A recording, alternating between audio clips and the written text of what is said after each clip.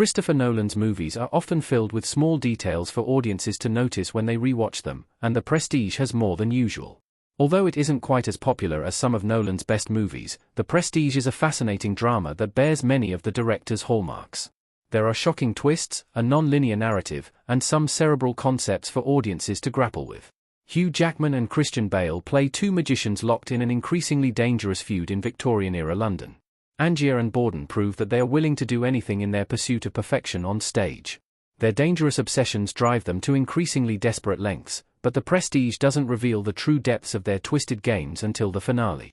Once all the twists have been revealed, many people want to go back and watch The Prestige from the beginning to see how Nolan pulled off his own trick. Doing so will reveal all the intelligent little details that Nolan peppers throughout the film, acting as clue for first-time viewers or taunts to those who are trying to figure out how they didn't see the ending coming. Angier removes his wedding ring before the Prestige's duplication trick for a specific reason. Angier sacrifices his life for his art. The ending of The Prestige reveals how both Angier and Borden performed their version of the transported man trick. While Borden's approach is always shrouded in mystery, Angier clearly operates at the cutting edge of new technologies. By working with Nikola Tesla, he gets hold of a machine that can create an exact clone of himself, which he uses to fool his audience into thinking that he's able to teleport across the theater. Angier's supreme showmanship means that he usually has the edge over Borden, but he only gets a trick which can rival Borden's talent when he bends the rules of space and time. Before he performs his transported man trick, Angier removes his wedding ring, since he knows that he won't survive the show. As the jaw-dropping final shot of The Prestige reveals, Angier dies each night he performs the trick, with the newly-synthesized double emerging from Tesla's machine to take the plaudits. This clone then continues the cycle, dying the next night. Angier saves his wedding ring so that the survivor can continue to wear it, even if he sacrifices his life repeatedly to amaze his audience. Angier keeping his original wedding ring makes his story in The Prestige even more tragic. Angier's feud with Borden is driven by revenge. Piper Perabo as Julia McCullough with her arms in the air in The Prestige. Angier could easily remove his wedding ring and keep it someplace safe, but it says a lot about his motivations that he preserves it for each subsequent clone to wear.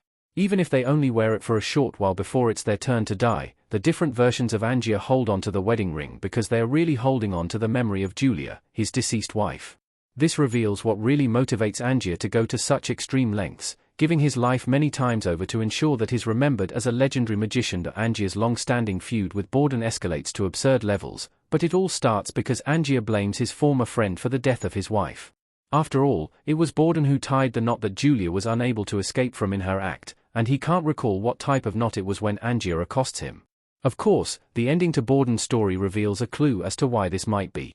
Since Borden is one life being shared by two identical twins, the man who tied the knot probably isn't the one who attends Julia's funeral service. The fact that Angier removes his wedding ring before performing the transported man trick is such a small detail that many fans of The Prestige could easily miss it. However, it seems vitally important once the audience do pick up on it. This character detail reveals a lot about Angier, and it's a reminder that his acts of violence are driven by his inconsolable grief. Just like Borden, he wants to be the best magician in the world, but the significance of the wedding ring highlights the differences between the two men. The Borden twins put their art above all else, to the detriment of their relationships, whereas Angier values his love, and this spurs him on during his career.